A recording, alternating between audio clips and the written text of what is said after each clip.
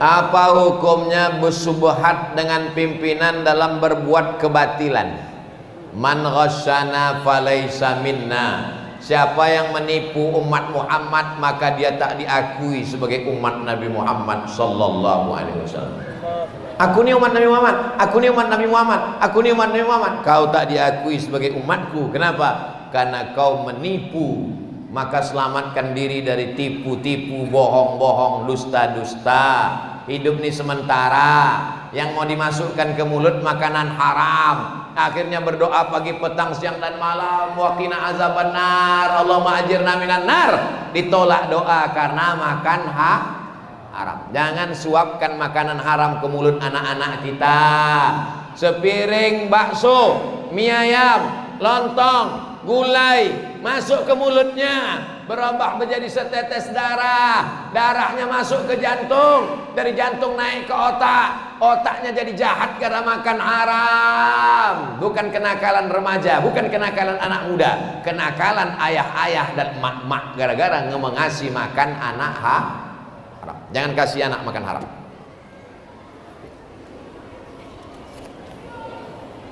Kalau melaksanakan sholat malam dari sunat wudhu, taubat, tahajud, hajat dan witir, boleh tak doanya dibaca pada sholat witir saja? Habis salam, assalamualaikum warahmatullahi wabarakatuh, dia pun berzikir, habis berzikir berdoa, habis itu tegak lagi, boleh. Atau dari awal begitu bangun sholat sunat wudhu, salam tegak langsung sholat sunat taubat, salam tegak langsung sholat sunat tahajud, salam tegak langsung sholat sunat hajat, salam tegak langsung sholat sunat witir, habis witir baru berdoa, boleh. Terserah nyamannya bagaimana. Kalau Ustadz bagaimana? Saya habis sudah salam duduk saya berzikir, habis itu baru tegak saya lagi. Kita sholat ini kan tak ada mau dikejar-kejar orang. Kenapa sholat macam dikejar anjing, dikejar hantu? Siapa yang mau mengejar kita? Tenang aja sholat. Bismillahirrahmanirrahim. Alhamdulillahi rabbil alamin. Ini sholat tahajud macam cepat minta apa? Apa mau cepat-cepat aja ini? Nikmati malam bersama Allah Subhanahu wa taala. Nikmati ketenangan-ketenangan. Jangan sampai kita terburu-buru, tak sempat menikmatinya. Makan buru-buru, sholat buru-buru, mati buru-buru. Nauzubillah. Mudah-mudahan kita semuanya istiqomah sholat malam. Yang belum sholat malam nanti malam bangun. Tak juga bangun pakai jam, cari jam dinding, jam tangan, jam waker yang bisa menyipak. Bagaimana cara berbakti kepada orang tua yang sudah meninggal dunia? Satu, Allahumma fir lahu warhamhu wa'afihi wa'fu anhu wa akrim nuzulahu wa wasi' madkhalahu waghsilhu bil ma'i wa salji wal barad wa naqihi minal khataaya kama yunaqqa thawbul abyadu minad danas wa abdilhu daran khairan min darihi wa ahlan khairan min ahlihi wa qihi min fitnatil qabri wa adzabil nar. Allahumma la tahrimna ajrahu wa la taftinna balahu wa fir lana wa lahu wa li ikhwanina alladhina sabaquna bil iman wa la taj'al fi qulubina ghillan lil ladzina amanu rabbana innaka raufur rahim. Panjang kali Pak Ustadz. Yang paling pendek, Rabbi firli wali walidayya warhamhuma kama rabbayani shaghira. Itu pun tak hafal Pak Ustadz. Ya Allah ampunkan dosa emakku, dosa ayahku, aku tak sanggup udah apa-apa. Pakai bahasa kita. Pakai bahasa kita pun tak sanggup Pak Ustadz. Mati je lah, laut dekat kan? Nah, terjun. Dikandungnya kita 9 bulan 10 hari, disusukannya 2 tahun, melahirkan meregang nyawa, mengirim Fatihah pun tak mau, mendoakan pun tak mau. Saya tak nunggu sholat, asal ingat saya almarhumah emak saya, asal terbayang, asal ingat asal kirim. Apa yang mau saya tunjukkan ini?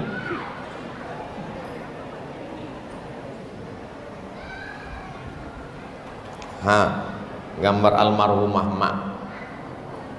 Ini di dompet gambar artis. Matilah sama artis. Asal nampak baca Fatihah, asal nampak baca Fatihah.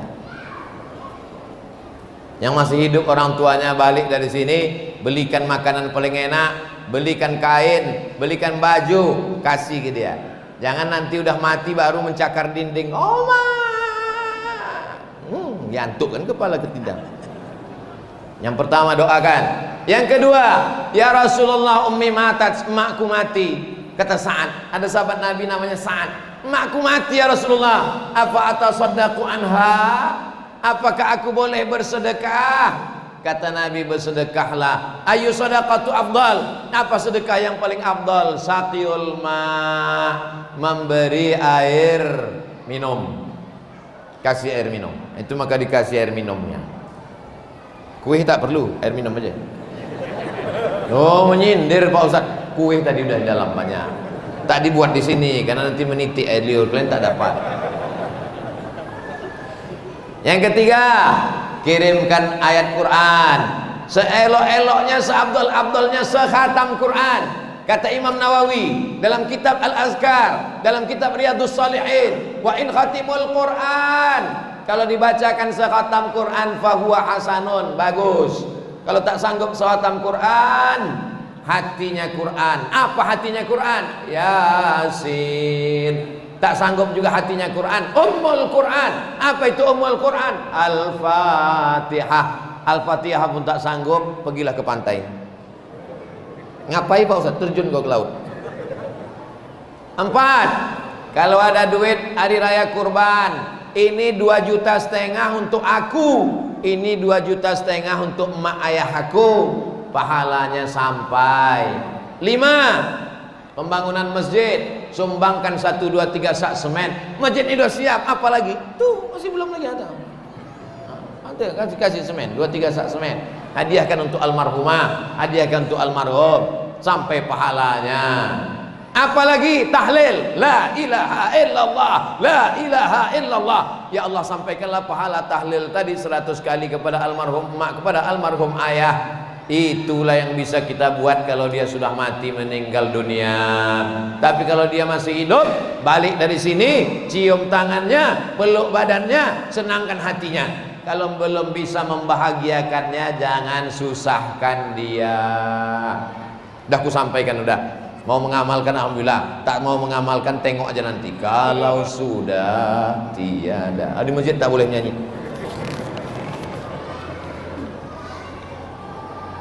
Di saat khotib melaksanakan khutbah, apakah boleh makmum merekam?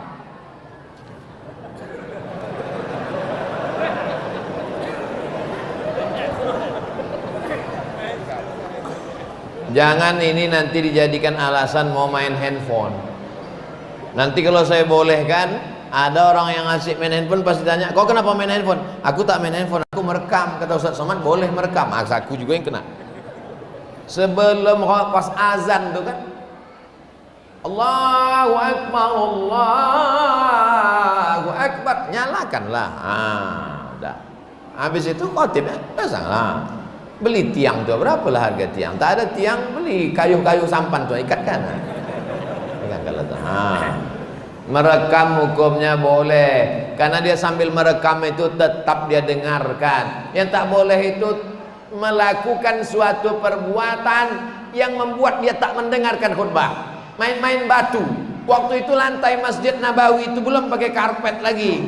Jadi banyak orang di pasir, mereka sholat di pasir waktu itu. Di atas pasir itu banyak batu. Ini main-mainkannya batu.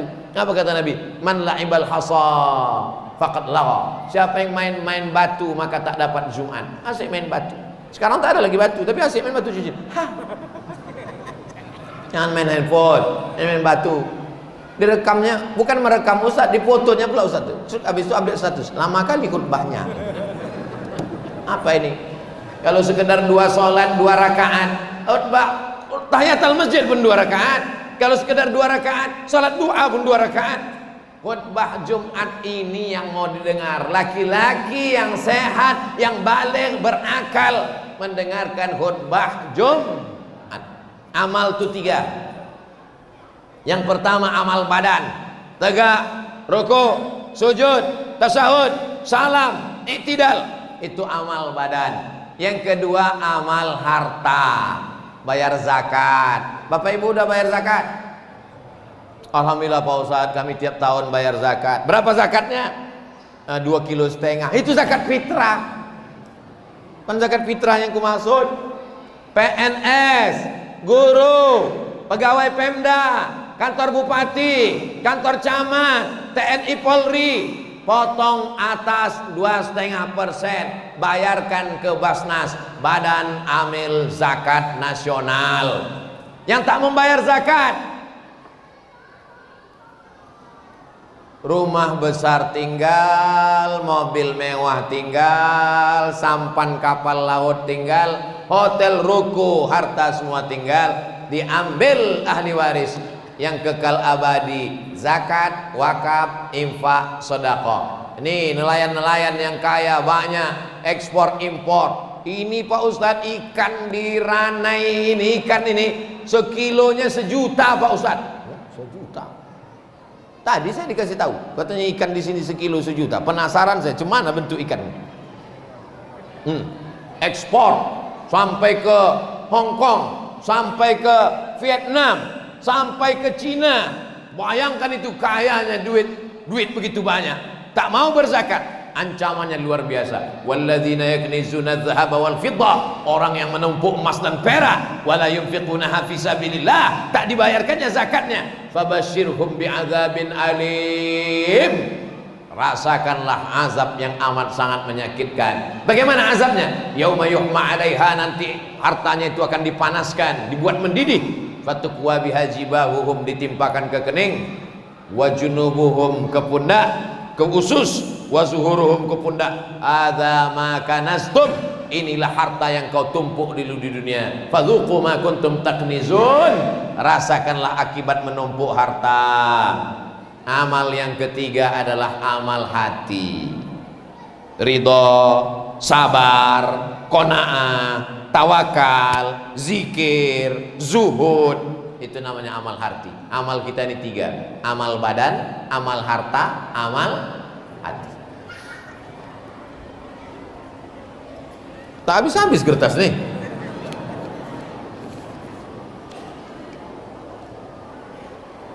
Maulid karena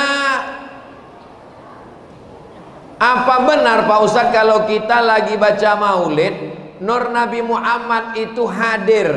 Karena kami sering baca maulid waktu malam Selasa.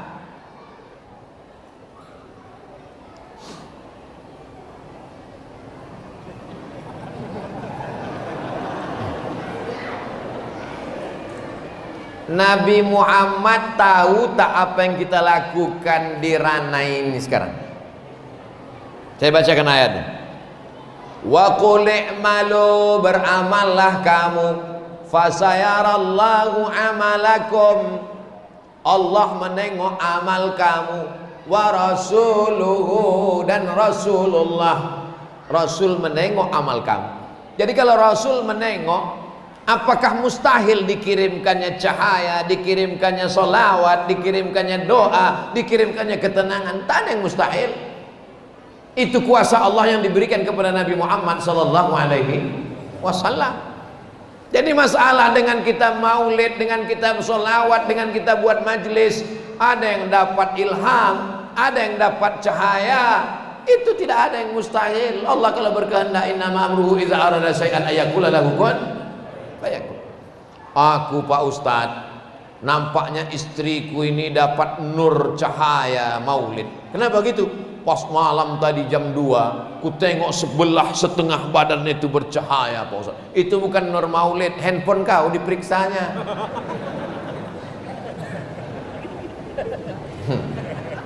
Jadi tentang masalah yang goib-goib ini, jangan suka mengaku-ngaku, mengaku mendapat nur, mengaku mendapat itu, mengaku mendapat ini. Karena setan pun mampu terbang di atas awan dan berjalan di atas air. Apa kata ulama tasawuf dalam kitab Ar-Risalah Al-Qushairiyah? Idza ra'aitar rajul, kalau kau tengok ada orang yatiru fil hawa, terbang di atas awan, yamshi 'alal ma, berjalan di atas air, la tatar, jangan tertipu. Kenapa? Karena iblis bisa melakukan itu. Yang tak bisa dilakukan iblis cuma satu. Apa dia? Istiqomah. Iblis tak bisa istiqomah. Jadi kalau ada orang mengaku tak bisa istiqomah, itu titisan iblis. Mudah-mudahan kita istiqomah insyaallah. Amin. Al istiqomah khairun min alfi karamah. Satu istiqomah lebih baik daripada 1000 karamah. Doakan usaha saya sedang berjalan. Nanti di akhir majelis kita sama berdoa. Niat ingin bayar utang tapi belum ada rezeki Pak Ustaz. Nanti di akhir majelis kita berdoa. Mudah-mudahan yang ada usaha dibukakan Allah, yang belum punya jodoh dijumpakan Allah. Apa udah berbini amin juga lagi. Yang belum punya anak dikasih Allah anak yang soleh solehah.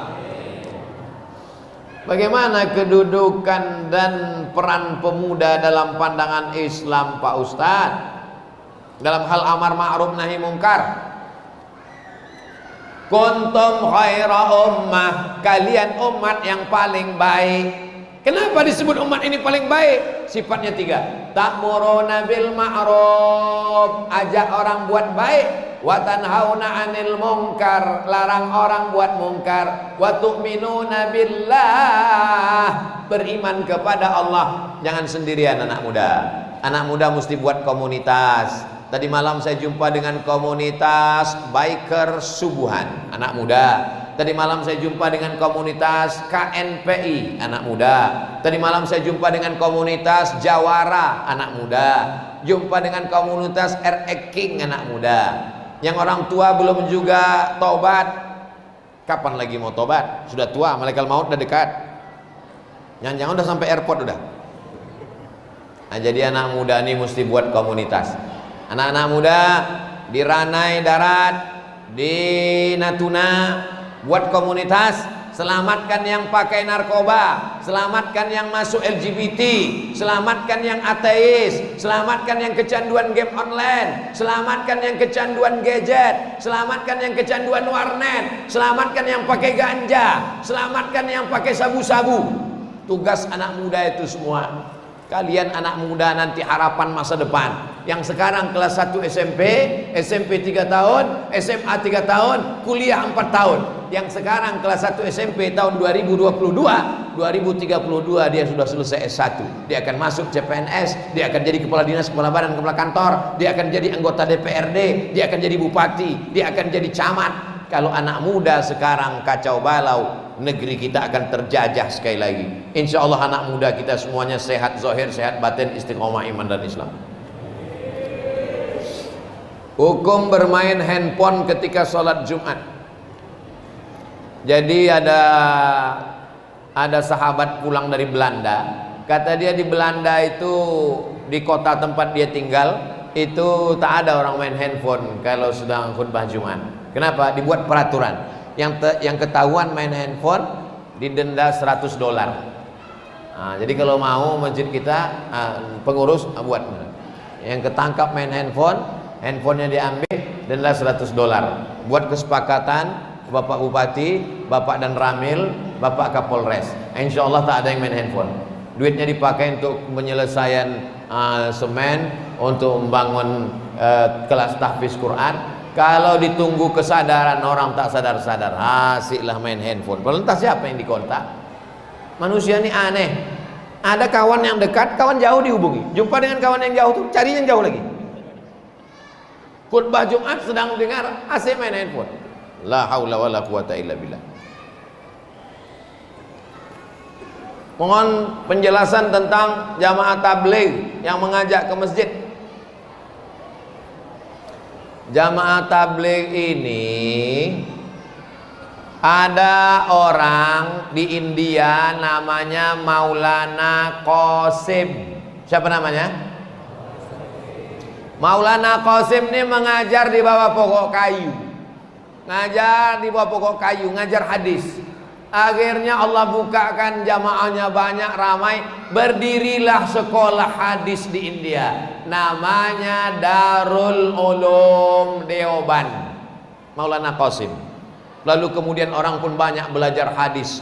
Bahkan guru saya di Sudan itu belajar hadisnya orang Arab, orang Sudan, orang Arab, belajar hadisnya di Darul Ulum tempat Maulana Qasim di Deoban. Lalu kemudian salah satu murid di Deoban ini ada namanya Maulana Ilyas. Siapa namanya? Maulana Ilyas. Maulana Ilyas menengok umat ini sudah kacau balau. Pergilah dia iktikaf di Masjid Nabawi. Iktikaf dia di Masjid Nabawi berbulan-bulan, 8 bulan. Sampai akhirnya Allah muliakan dia. Bermimpi dia berjumpa dengan Nabi Muhammad sallallahu alaihi wasallam. Kata Nabi, berdakwahlah macam aku berdakwah dulu. Macam mana Nabi berdakwah dulu? Mana bisa buat tabligh akbar di Masjid di Masjidil Haram? Kalau dibuat tabligh akbar, matilah, dibunuh Abu Jahal, Abu Lahab. Datang pintu ke pintu. Di India tak bisa macam kita gini, karena India Muslim minoritas. Habislah dibunuh Amitabh Bachchan, Sanjay Dutt. Maka dia mesti pintu ke pintu. Maka mereka pun datang ke pintu. Assalamualaikum, waalaikumsalam, kya hal hai, dike, acha, chodai. Solat, ngajak solat, ayo ke masjid, ayo hidupkan sunnah. Jadi orang sekarang yang tak senang ini sebetulnya dia marah karena diajak ke masjid. Akhirnya dimunculkanlah isu jamaah ini adalah jamaah sesat. Sesatnya di mana? Sesat karena pakai sorban, Nabi pakai sorban. Sesat karena pakai jubah, Nabi pakai jubah. Sesat karena berjenggot, Nabi berjenggot. Sesat karena dia ke masjid, kau yang sesat karena tak ke masjid. Kalau belum sanggup membuat, jangan mengejek. Jadi mereka ini bukan jamaah tabligh. Ini orang yang mengasih nama. Kenapa disebut tabligh? Karena dia menyampaikan hadis-hadis Nabi tabligh. Lalu orang pun mengatakan, jamaah apa tuh? Jamaah tabligh. Jamaah apa tuh? Jamaah kompor. Karena banyak membawa kompor ke masjid. Jamaah apa tuh? Jamaah KUPJ. Apa tuh? Kelompok Ustadz Panjang Janggut. Sebetulnya mereka adalah jamaah Ahlus Sunnah wal Jamaah. Kenapa Ahlus Sunnah? Karena dialah yang mengamalkan sunnah-sunnah Rasulullah SAW. Dari mulai sorban di kepala, sampai bersiwak, sampai pakai jubah, sampai tak menutup mata kaki. Kalau belum sanggup mengamalkan, jangan mengejek. Ini nampak kawan berjenggot aja. Aku nengok kau berjenggot ni macam kambing tengok. Kau tak berjenggot, anjing gitu deh. Berkelahi gara-gara itu. Kalau sanggup ikut, kalau tak sanggup jangan mengejek. Karena ini adalah Ahlus Sunnah wal Jamaah, mengikut Maulana Qasim, Maulana Ilyas, Maulana Zakaria Kandahlawi. Mereka adalah ulama-ulama ahli hadis dan mereka adalah pengamal-pengamal sunnah Rasulullah sallallahu alaihi wasallam. Apa hukum suami mengucapkan tidak ingin menggauli istrinya dalam keadaan emosi? Laki-laki memang gitu. Asal emosi mengamuk. Habis itu yang gitu. Apakah jatuh talak Pak Ustadz? Talak itu terbagi dua. Yang pertama namanya talak sharih, yang kedua namanya talak kinayah. Talak sharih itu jelas, ku talak kau, itu talak sharih. Yang kedua talak kinayah. Talak kinayah itu kalimat yang kiasan, tak jelas. Kalau suami mencakapkan talak kinayah tak jelas, tidak jatuh talak kecuali dia ada niat talak. Jadi kalau suami ibu bercakap begini, kata dia, aku tak mau lagi berhubungan dengan kamu. Ibu tanya dia balik, maksud Allah? Kau pergi balik ke rumah, Jangan ibu balik, jangan ikat tikar bantal, jangan bawa koper. Tanya dia, apa maksud? Kalau kata dia, tak ada, aku sekedar marah aja, tak jatuh talak. Tapi kalau kata dia, niatnya talak, maka jatuh talak. Jelas? Insya Allah ceramah saya jelas. Yang bilang tak jelas itu dua. Yang pertama tak punya paket, yang kedua tak punya otak. Bapak Ibu yang dimuliakan Allah Subhanahu wa taala, akhirnya 1 jam juga. Dari jam 1 kurang 15, sekarang jam 2 kurang 15, kurang sikit. Di akhir majelis mari kita sama berdoa kepada Allah. Mudah-mudahan Natuna dijadikan baldatun thayyibatun wa rabbun ghafur. Pemimpinnya amanah, sehat zahir dan batin, istiqomah iman dan Islam. Keluarga kita sakinah mawaddah warahmah. Anak kita soleh dan solihah. Dibuatnya kita istiqomah ke masjid, solat berjamaah sampai mati menghadap Allah. Ala hazihin niyya wa kulli niyatin salihah. Al-Fatihah.